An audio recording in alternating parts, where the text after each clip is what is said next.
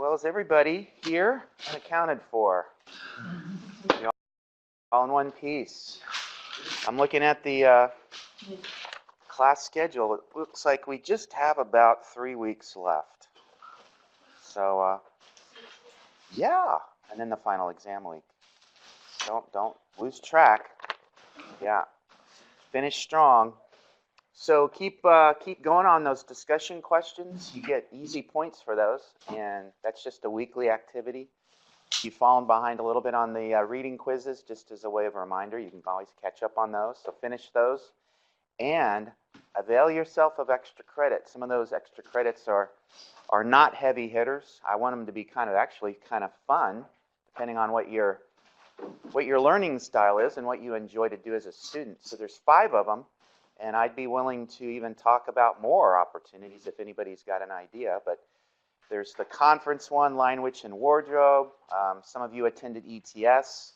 Some of you asked me for an opportunity to spin off a class discussion and turn it into like a Sunday school type lesson.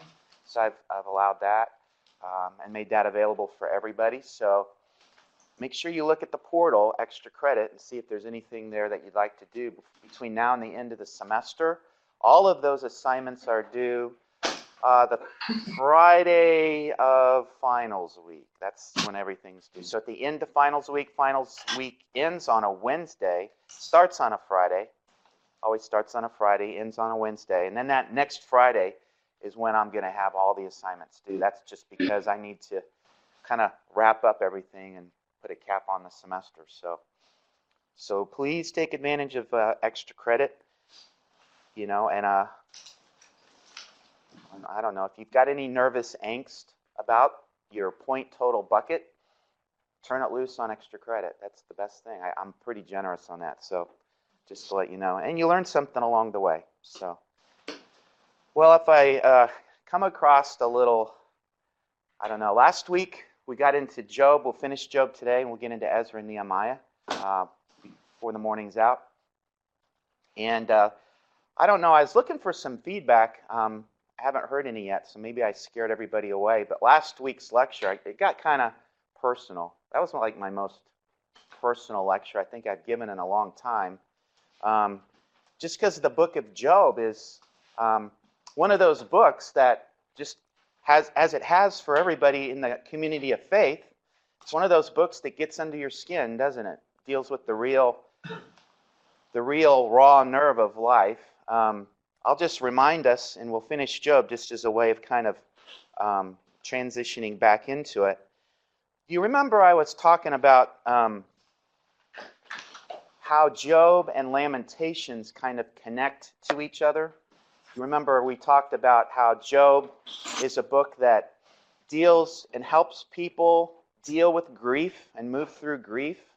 Try to wrestle with the question of suffering, or more importantly, righteous suffering. Why do the righteous suffer? That's the unique question that Job asked.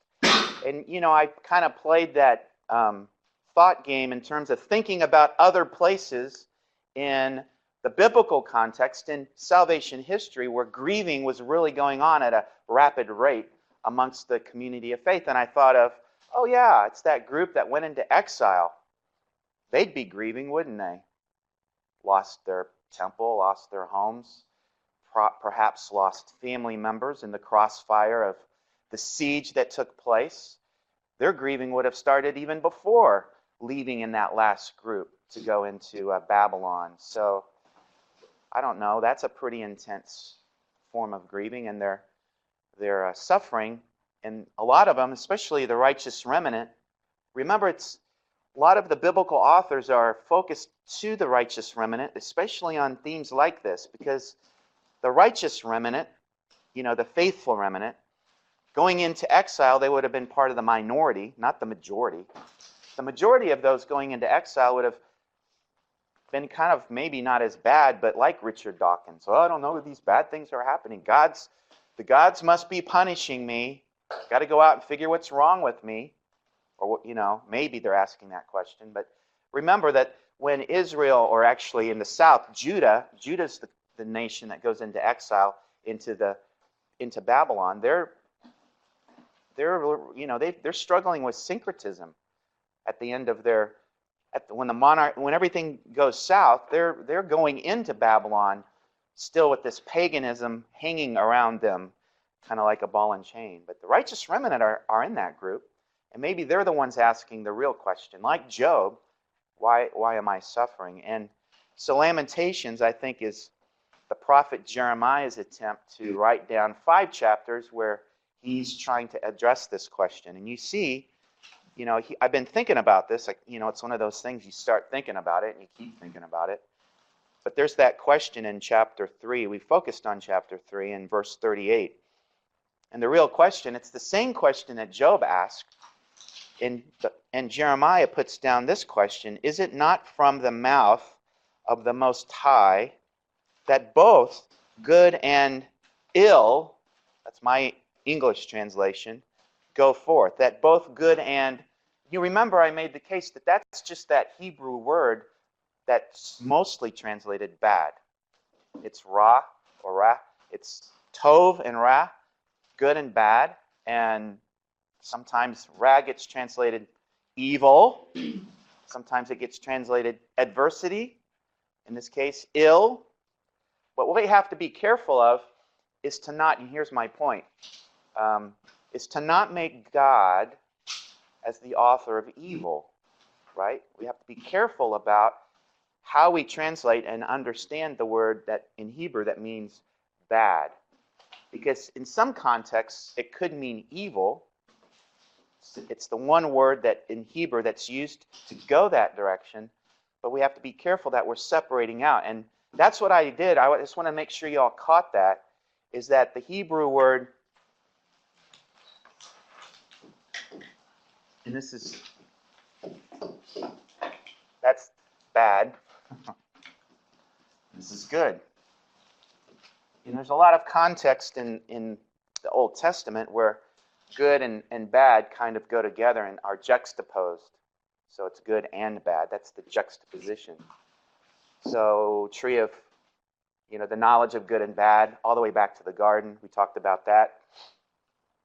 But what I want to make sure that we understand is that when we're talking about this idea of, I'm just going to, and what's going on in the context of why the righteous are suffering, it goes, and I tried to make the case that in Job's context, we come up with the idea of testing. And it's true. Because of this question, I think it's accurate to say this. We want to be accurate when we're helping our people figure all this out, if we're in that position. Because God does use the side of this word that's translated, ill or adversity, that God is using that when he's doing this, right? But he's not using evil. We have to maybe bracket evil out and put it in a different bucket. I think we have to be careful there. Otherwise, we have the Richard Dawkins coming along and saying, well, God's the author of evil. Look at this. So that's why we have to be careful, because we have a world out there and a society out there that's gotten themselves a little bit confused about this. This is a unique situation. And part of this ill and adversity that comes from, it's this idea we've already looked at. Solomon does an analysis of this idea in the book of Ecclesiastes. And it's this, behind this is this futility idea. Futility is the frustration of life. It's the Romans chapter 8 idea, I think, where God comes in and subjects creation to futility in response to the rebellion that happens, humanity's rebellion, really, that happens at the fall. So a little bit behind this is a little bit of judgment, global judgment against a fallen world, a rebellious world, where there's no neutrality with regards to humanity experiencing something from life. So the average experience for really all of us is, interestingly, futility. So that's the kind of the level playing ground. Everybody experiences futility, whether they're believers, the righteous, or the unrighteous. The difference is how the righteous suffer. And the righteous are suffering because they recognize that the question that they're asking is, are we not to accept both good and bad from God? And we answer that question what? We do. We answer that question yes. We stand with Job. We stand with Abraham. All these saints who have been tested. Joseph. We talked about Joseph. He asked the same question at the end of the Joseph narrative. You meant it for bad. God meant it for good, to bring about this present result. So now there's a lot more to be said there, but it's somewhat of a, I think I'm okay on this. Yes. This is kind of wet cement. You can tell me if I'm wrong. But No. go ahead. I think that this is something I've thought about, that bad doesn't actually come from God. He allows bad because we're in a fallen world, and that's what we're living in. Yeah. And he doesn't actually say, okay, Tammy, you're going to be sick for the rest of the week. Bam. It's really a fallen world, and sometimes he will allow that. Mm-hmm. Like he allowed the devil to touch Job's life, but the bad didn't really come straight from God. Does that make sense? Yeah, I think, well, if I get into bracketing out ill and adversity from the other part of this, which is evil, I'll put evil coming from another source. Yeah. I mean, Satan had his fall. Satan is the prince of this world. Satan is roaming around like a roaring lion. Satan has an agenda to destroy. So there's a lot of evil that can come just from the hand of the roaring lion that's roaming around. It's hard to explain to a non-believer. Sometimes if you're witnessing, they'll say, well, why does God allow all the evil in the world or the bad in the world? How could he be a loving God and allow all of this? Yeah. So that's, his all-powerfulness, this gets into philosophy, but it's a huge question. The problem of evil is really another question. The problem of evil, now you're asking somewhat a different question.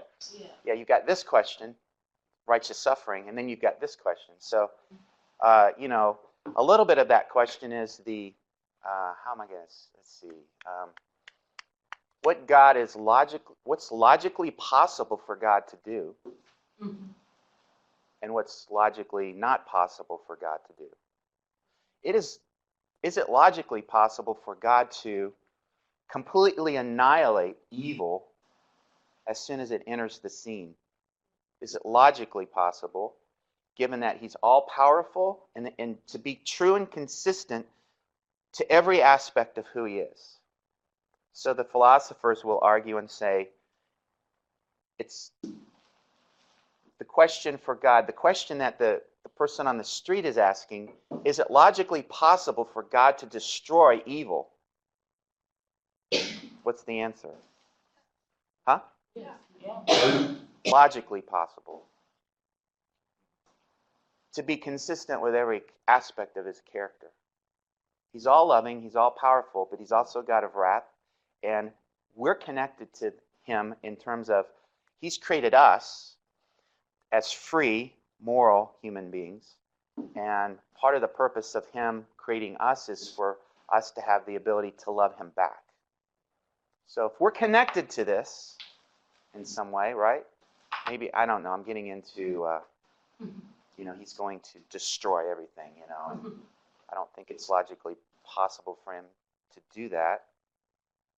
So the reason why he allows it is because he's come up with a different plan or a solution to this. It's hard. Immediate annihilation certainly is one possibility, but I don't think it's logically possible, given God's commitment to the fact that he's created.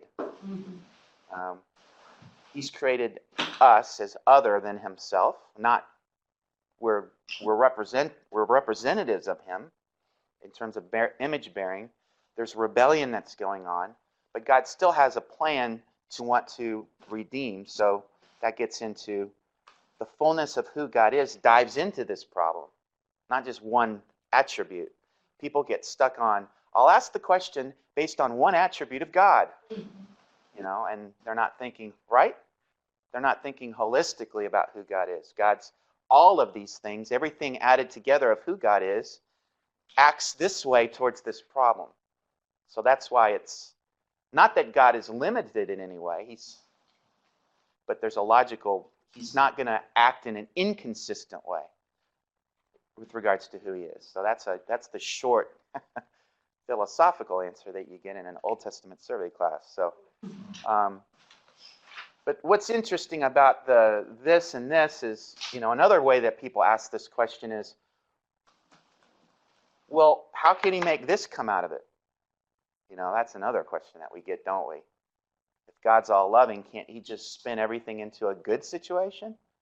I mean, you get to the end of that and you see that, and it's like, is there anything good that can come from that? You get a lot of those kinds of questions, don't we?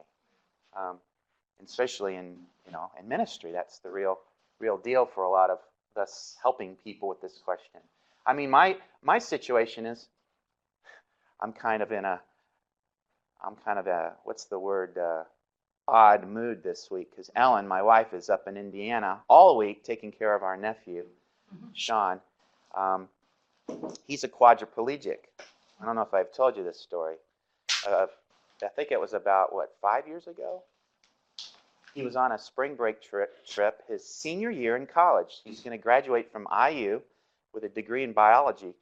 And with a bunch of friends, the first thing that you do when you see the beach, right? Mm-hmm. What do? Run and jump in. Yeah, and you want to do a somersault. Well, Sean tried to do a somersault, and he didn't make it. He landed on a rock, broke his neck at a particular place in his vertebra, severed the spine, and he basically from his waist down, with a somewhat limited motion of his arms and not really full gripping strength with his hand, that's the way he's living the rest of his life. That happened. We got the call when we were at the KOA in Fredericksburg on our spring break. And Ellen immediately rushed to the treatment in Atlanta, the hospital there that specializes in spine injuries. I can't remember the name of it. Anyway, it's there. And over the years, she's done this where she's been able to go up as a nurse and spend a week with the family and take care of Sean's routine. The amazing thing, I won't say amazing, I'll say the good thing that's happened out of all of this, which, that happens and you ask the question, what good can come from that? Sean's become quite a mature young man. Amazingly, they were able to salvage his situation such that he can feed himself. He can actually drive a car. He drives himself to work every day. He got a job. He's got a government job that's paying him pretty well. But he can. But the irony is he can't make so much. He can only make so much money before his benefits kick out. Just thank you, Thanks, Obama, whatever. No, it was an Obama thing. I'm just kidding. Thanks, Trump. Now it's going to be thanks, Trump. So he spends that money on his family in fun, surprising ways. Like, my mother-in-law's coming to town tonight. That's why I'm so grouchy today. I have to pick her up at the airport. And she's with me for a few days. She announced to me in a phone call last night, oh, by the way, I've got that doctor's appointment on Wednesday, right in the middle of the day. How are you getting there, Stella? Because she can't drive. Well, I'm not sure yet, but I was hoping you'd help me with that. It's like, oh, yes, Stella. That's her name, Stella. But what good comes out of this? I mean, Sean, I can see the good. He has matured in an amazing way. He grew up pretty fast after that, as you can imagine. He got over the initial, emotions and feelings. That's ongoing, but he's gotten to a place where he's accepted his situation, and there's a lot of good that I can see slowly creeping in to this scenario with him, and he's got a real caring heart, and he cares about people. This has kind of come alive in him, and I secretly think that he's come to know the Lord. He just hasn't told anybody. But anyway, all that to say, sometimes you see it, the delayed good, like in the case of Joseph, until chapter 50 that you hear Joseph saying, to his brothers, you meant it for evil or bad, but God meant it for good to bring about this present result. So anyway, I know not all situations turn out like that, but I think we have eternity to wait. Also, there's God's timing stretches out into eternity. God's timing stretches out into the new heaven, new earth, and the picture that we have of Revelation chapter 22. So to be fair to God, in terms of the how soon or how long question that the people on the street answer, we have to be fair to God to say, well, there's a divine timetable that we're not fully aware of. So that translates and helps us to transition back into Job. So God does have the final say. See where I was going with all of that? I finally got back to, all right. Sometimes I surprise myself. But Job ends with a conversation with God. We didn't get to that last week. So let's turn to Job chapter 38. I should probably remember to start class in prayer.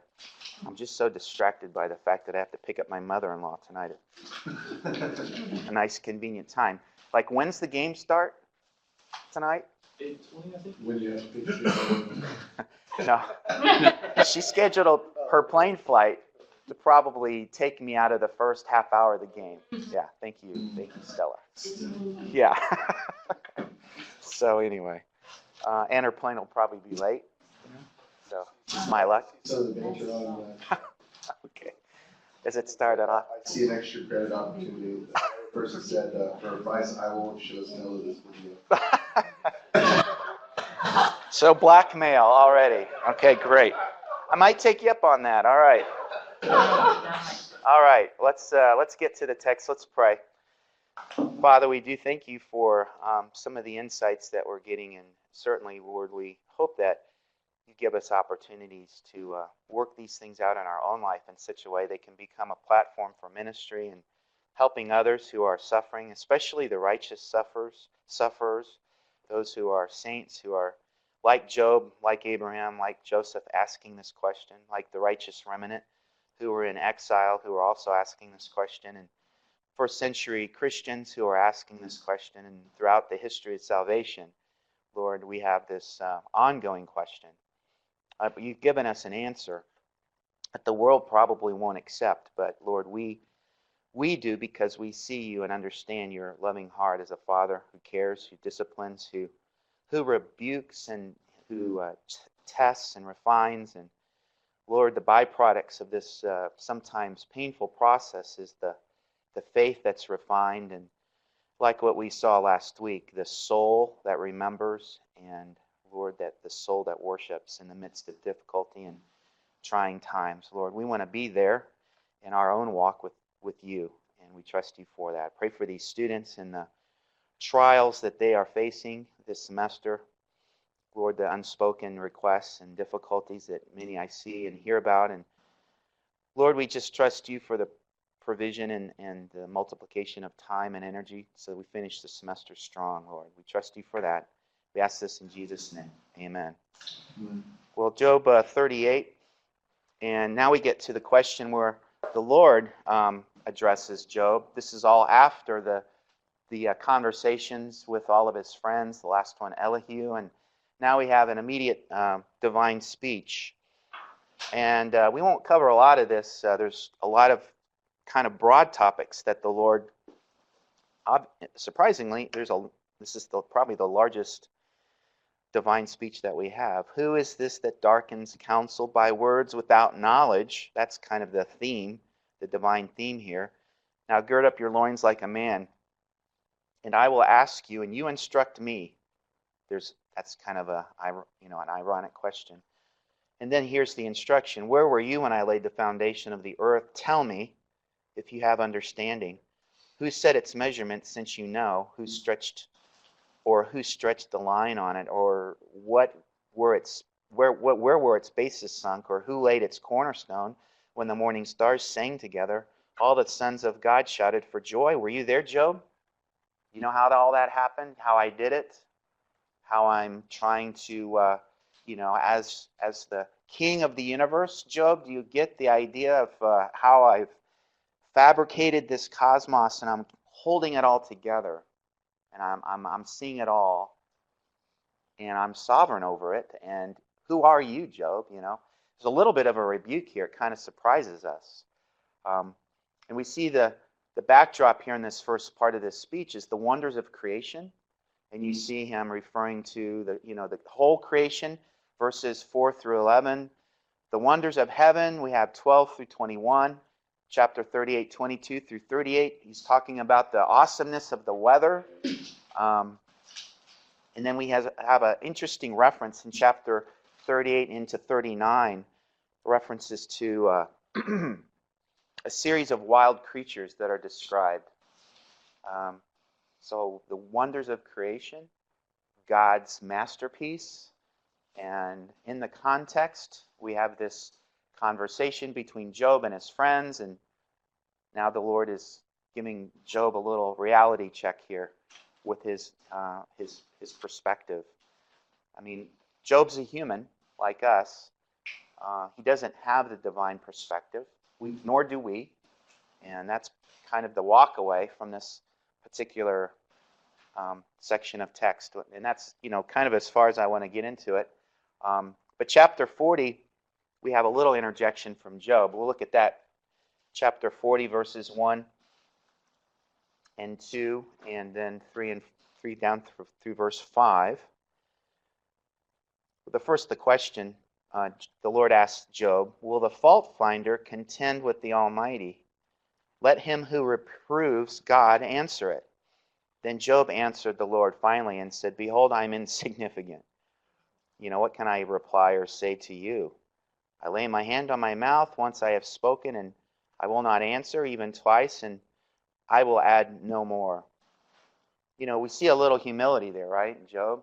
I mean, he's the one asking the question, original question. He's not moved. He's not, changed his vantage point. Where the question, Job, when he responds to his wife, curse God and die, Job, remember, he says, are we just supposed to accept the good and not the bad?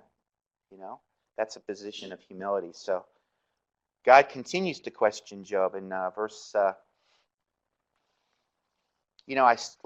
think application-wise, this is kind of a difficulty, I think. It'd be hard to move somebody to this place if they're not already there. How's that? If you got somebody who is going through, they're a saint, they're going through suffering, and they've got a lot of anger, they've got a lot of pent-up frustration maybe, they've got a lot of confusing thoughts rolling through their head, and you're not going to get them to this place, anytime soon. I think almost we have to let the Lord work, right, to get people or help people get to this kind of place. I call it a position of humility, Job's kind of posture of humility that we see here. I don't even know if it's right to, remind people, well, you just don't have all the facts. It's not really a good thing to say, is it? You got to be smart and wise when you're helping somebody working through the grieving process or dealing with the fact that they're suffering and they're trying to figure it all out. You just don't dive in and say, well, you're not ever going to figure it out. Read the book of Job. Well, no, maybe you got to go back to the Job's friends and what they did at first. 7 weeks of silence and grieving with the person, and seeing if, well, all right. So, and remember that Joel. We've got a little bit of a parallel. I remind us back in Lamentations 3, verse 20, we have the soul that remembers and the soul that's bowed down. In Lamentations 3, we saw that last week. I think that's the soul that we have in Job, kind of making that connection, showing up here. Job's, he knows his place, and he's going to remember. He's already demonstrated the worship part. That's what he did at first when he was grieving the initial loss. So the soul that even in the midst of the storm is the soul that remembers is the one that recognizes, here it is, recognizing the soul that remembers is the soul that recognizes that in the midst of the storm, the divine hand has not let go. I was trying to say that, get it out. The hand of God never lets go. Might be a song there. I don't know if there already is a song that is out there. It's been written already, but anyway. The Lord's continuing his theme of large animals. In chapter 40, we get into the mysterious Behemoth creature, or the Leviathan, chapter 41. Who are these creatures? What are they? They're evidence of the dinosaurs. You hear all kinds of things. God's just describing creatures that he's created. These are examples of his handiwork, part of the marvels of creation. They're magnificent creatures, and they demonstrate the greatness of God. And God's admitting, Job admits to God that he has spoken foolishly regarding things that he didn't understand. And that's what we have in chapter 42, verse 1 through 3. Job answers the Lord again and says, I know that I have the old English in my New American Standard in some places that's really awkward. Thou canst. I want to say, sometimes I retranslate that.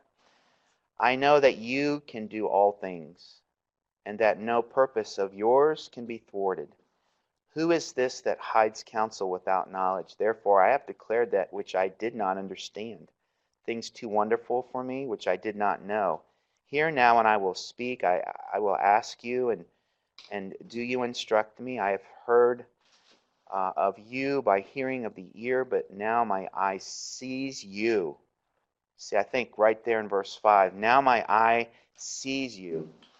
Job's, part of his experience is I think, seeing more of who God is, in the midst of the storm, in the midst of the trial. One of the things that oftentimes comes out of these, deep testing scenarios that the saints go through is a deeper awareness and a deeper knowledge of who God is.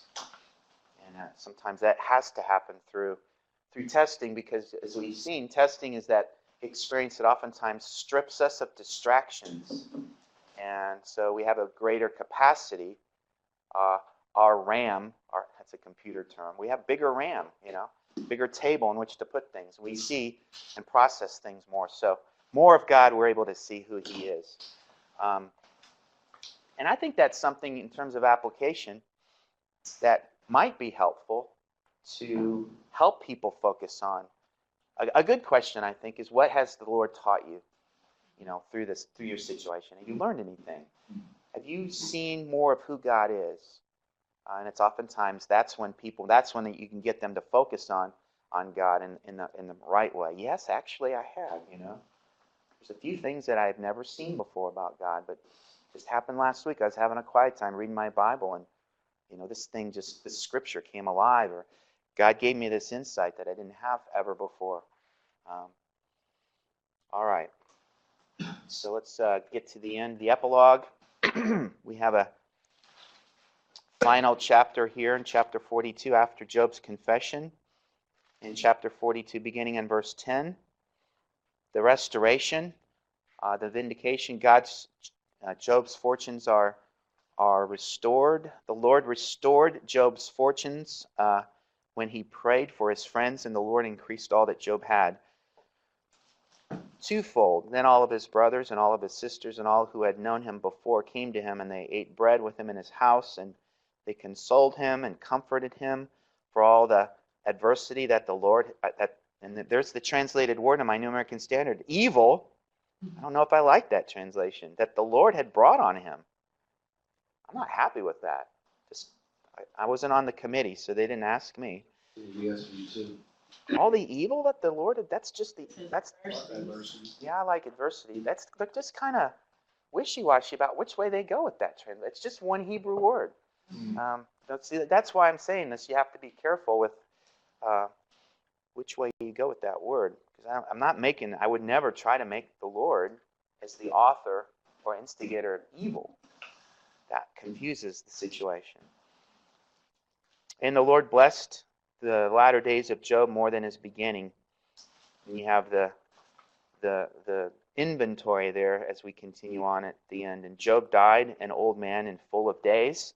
Full of days is the Hebrew way of saying, he had a rich and full and complete life.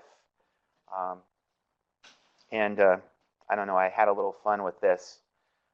They describe Job's daughters as being very beautiful, right there. My sister was in this group called Job's Daughters growing up.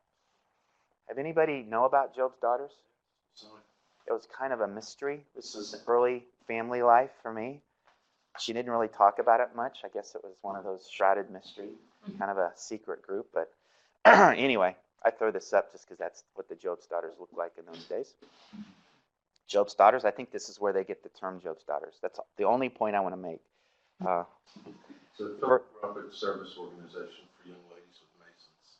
Oh yeah, kind of like not quite like Girl Scouts. A little more organized. Yeah, I know. Remember they had a lot of dances, things like that.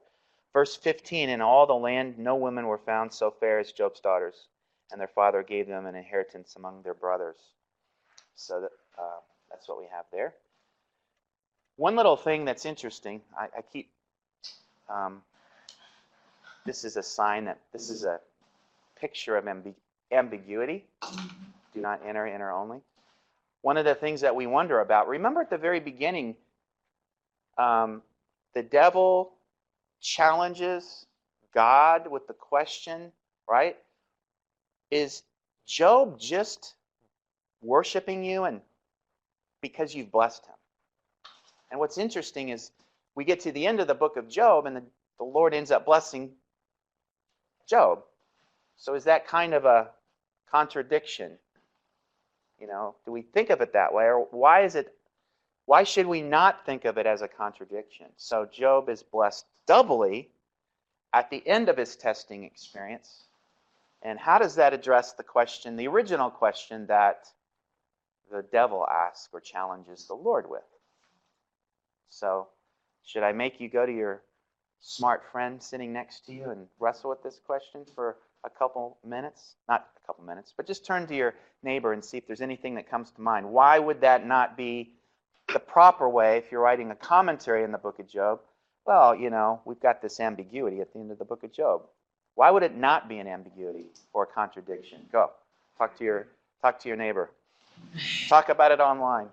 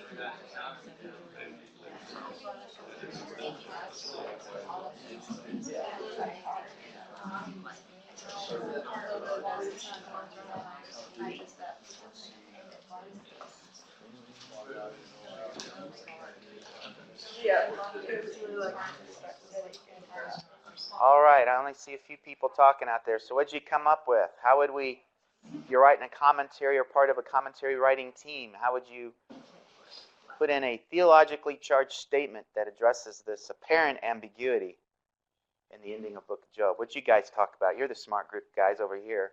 Yeah, these guys. Right here. Yeah. Anybody that wears purple shirts got to be smart. It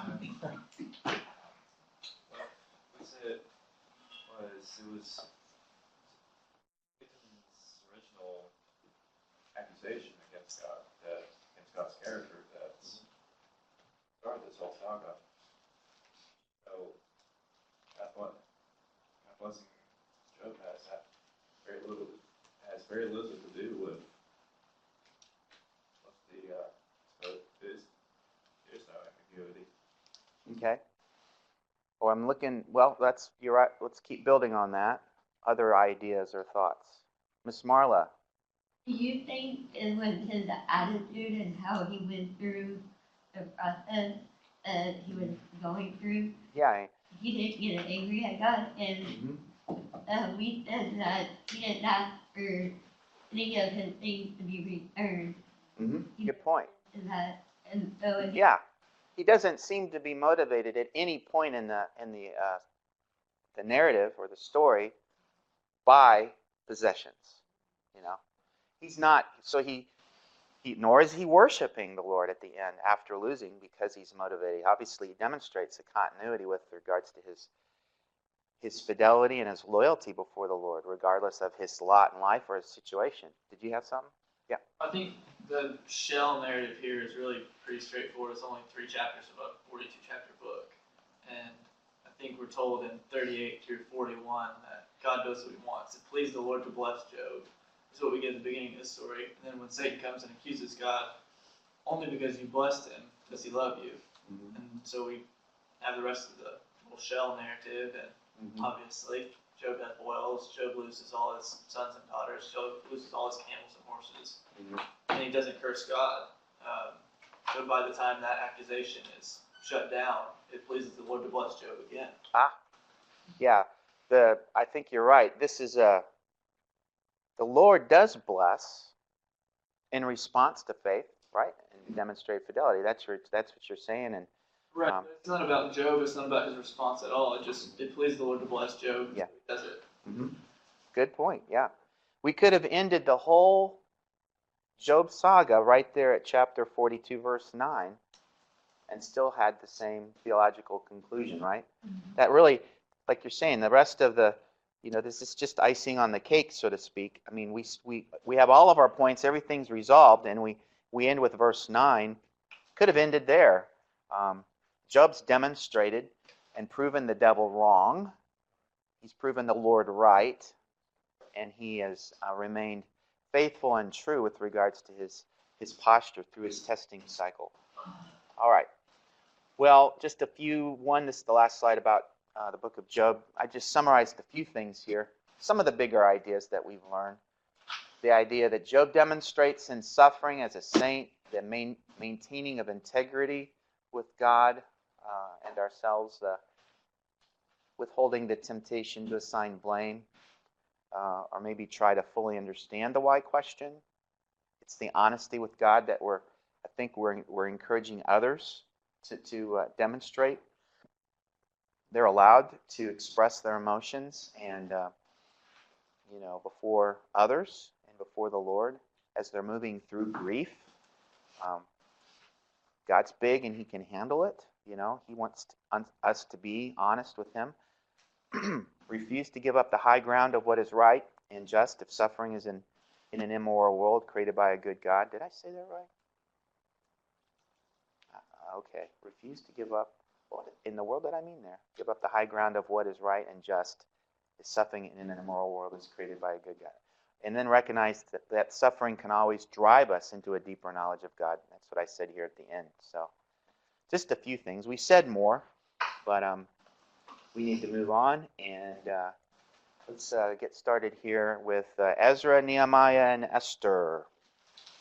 So we finished the wisdom books. They're a unique collection. Just remember, we started talking about the wisdom books this way. They're a collection: Psalms, Proverbs, Ecclesiastes, Song of Solomon, and now Job.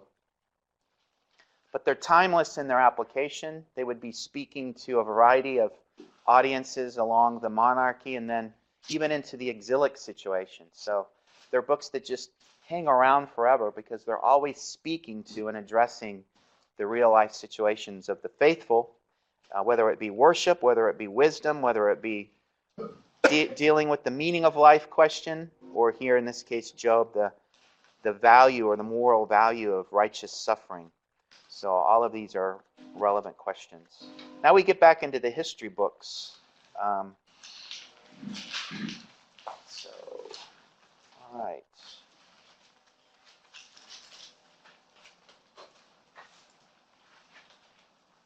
Now the scenarios changed when we get into Ezra, Nehemiah, and we'll get into Chronicles and the book of Esther. Those are the books that we're finishing up here. after the fall of Samaria, some things that we have to remind ourselves. And on as this Assyrian Empire was in decline, we have the Babylonian Empire rising and taking over the world scene. So the Babylonians come in and rise to power.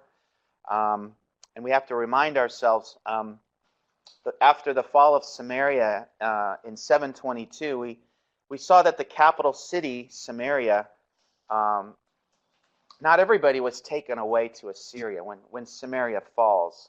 If you remember that, we saw that in 2 Kings. Let's just turn back there really quick and remind ourselves of the account, the kind of the parallel here.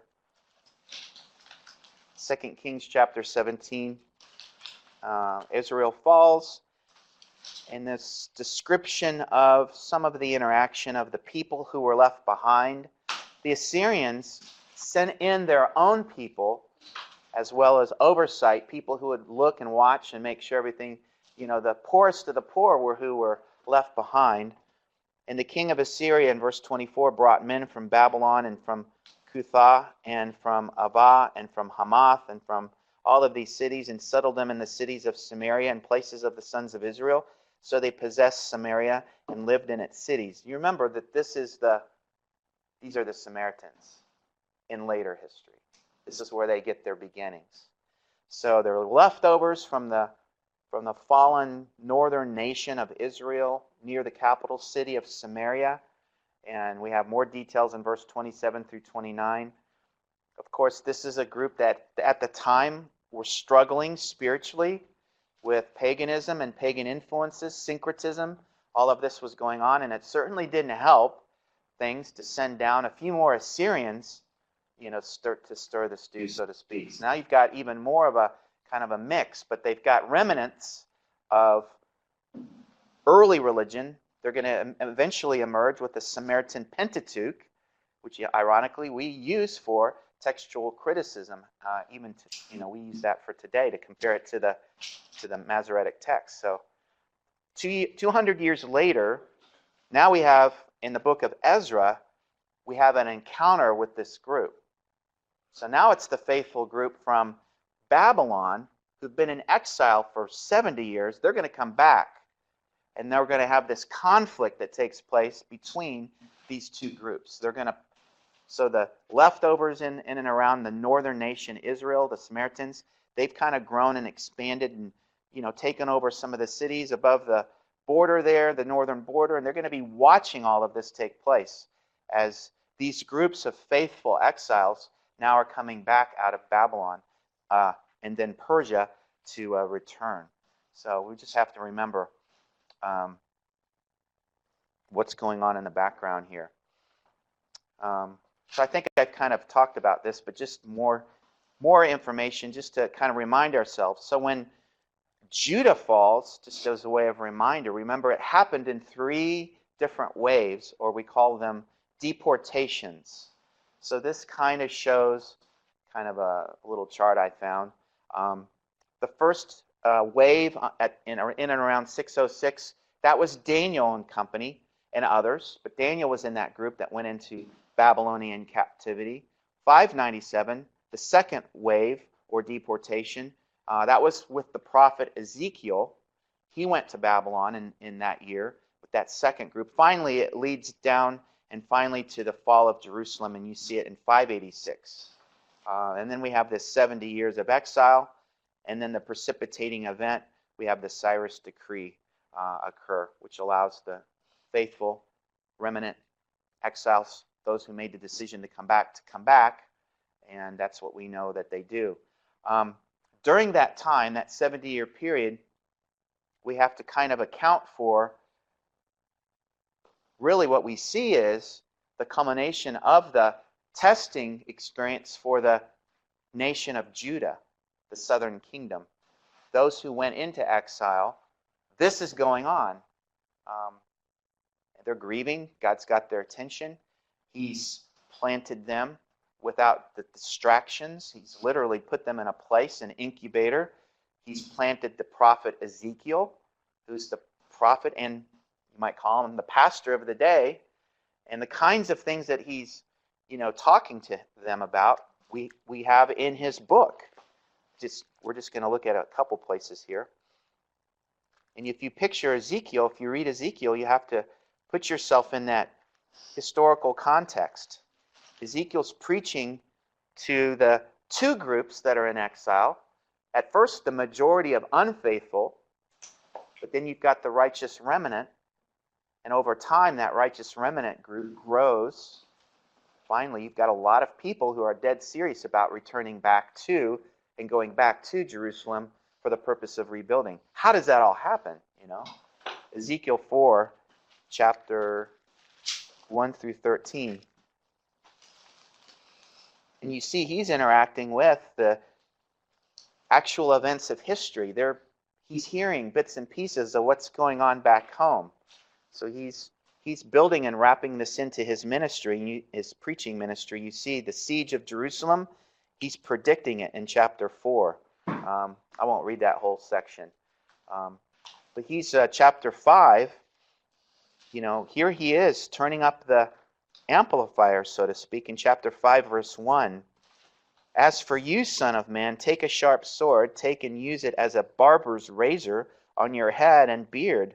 Then take scales for weighing and divide the hair. 1/3 you shall burn the fire at the center of the city when the days of the siege are completed. Then you shall take 1/3 and strike it with the sword all around the city.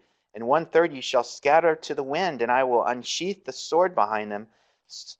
Take also few in number from them, and bind them with the edges of your robes, and take again some of them, and throw them into the fire, and burn them in the fire. From it a fire will spread to all the house of Israel. It's kind of crazy stuff, isn't it? This is a demented weirdo, running around, shaving his beard, throwing hair everywhere. I mean, what kind of pastor is this? You do this when you're in the pulpit?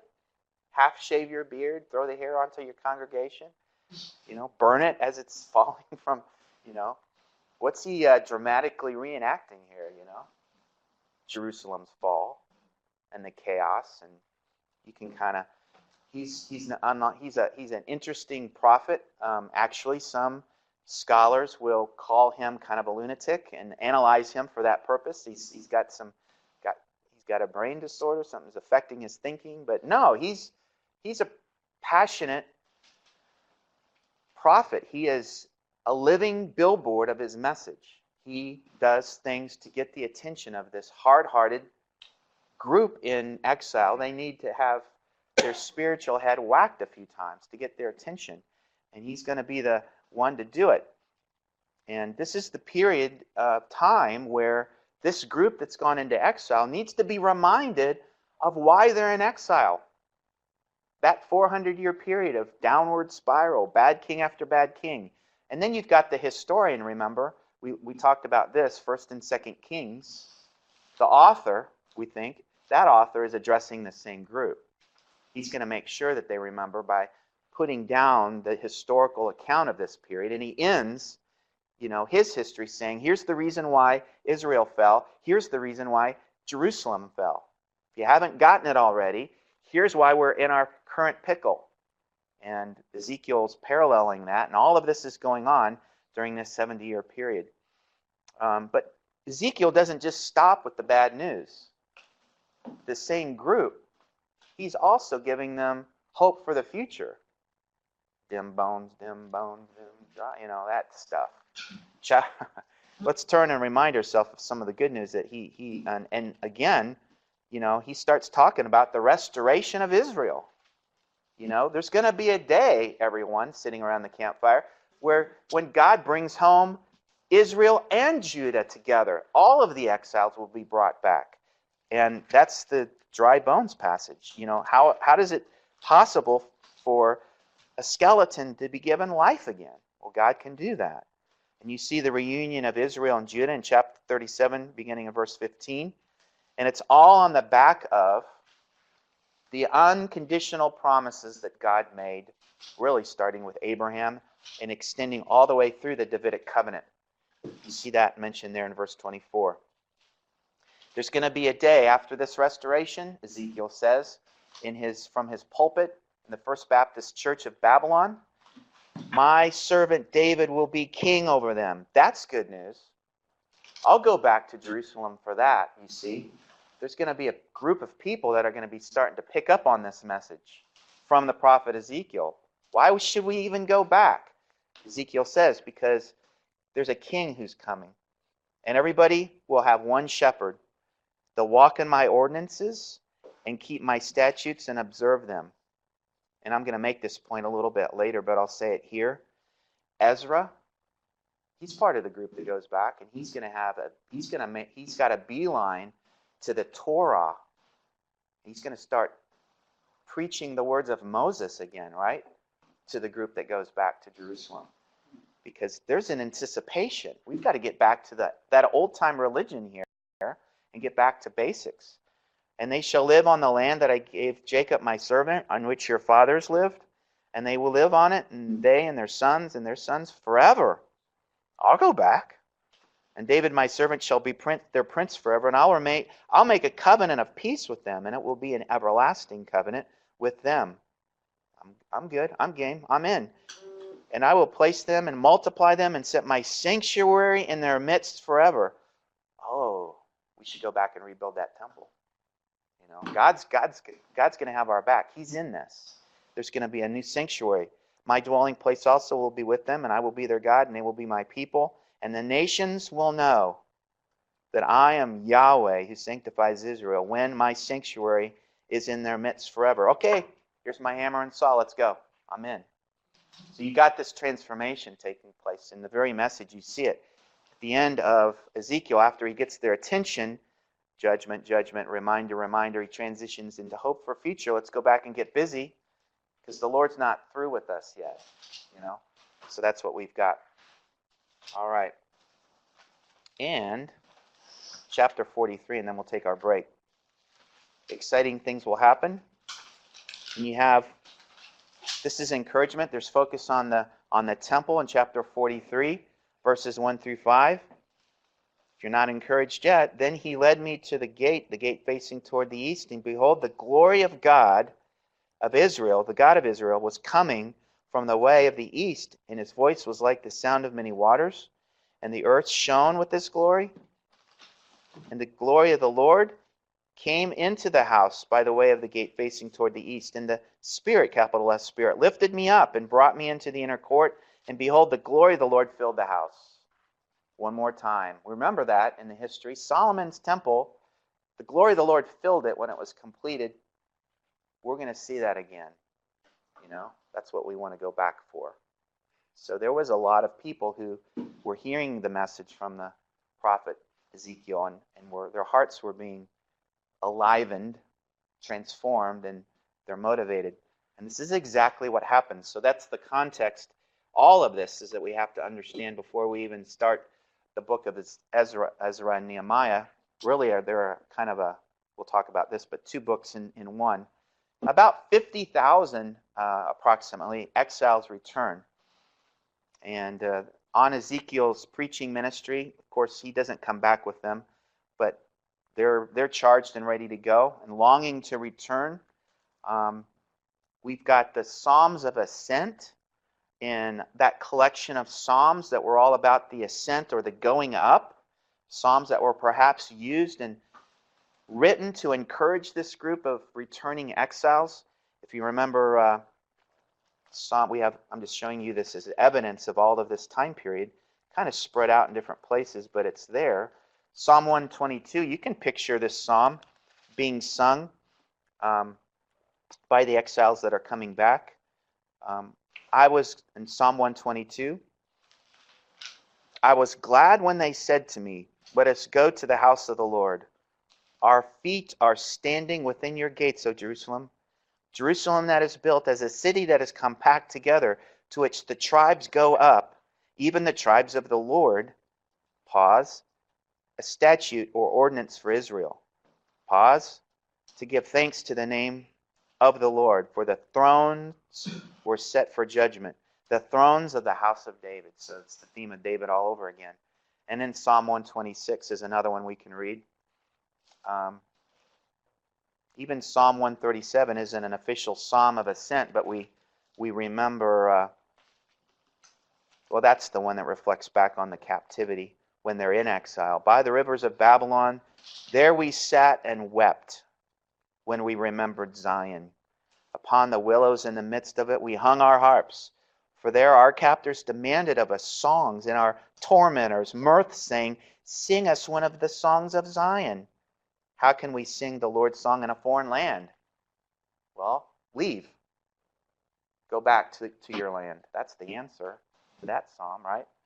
So we have all of this kind of going on and being produced. One more slide. It's interesting. The return happens in several phases under Zerubbabel, then Ezra, and then Nehemiah. So as we look at each of those prominent figures in the story of the return, as it happened in 3 deportations to Babylon, it happened in 3 deportations in the return.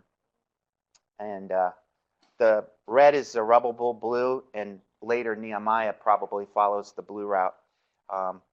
This is a straight line. The straight line distance from this area down and across to Jerusalem is about 500 miles. These will give you some kind of scope for the magnitude. But if you go and take the dip north, which follows the water route, which you need to do, and then go south, which follows the water route, you're looking at 900 miles total route of walking. Or if you're lucky, riding on the back of a donkey or something, if you're in a kind of a wagon train situation. So if you're really serious about heeding the call of Ezekiel to go back, if you've bought into that message, put on your walking shoes, because that's the same distance it would take you to walk from this location all the way to my hometown of Indianapolis. And look at it right there. You'd be walking that whole way.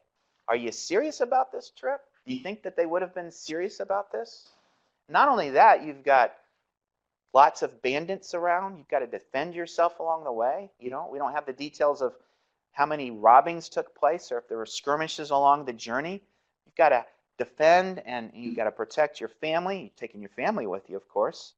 And so they were spiritually charged to make this trip going back to Jerusalem. So let's take our first break.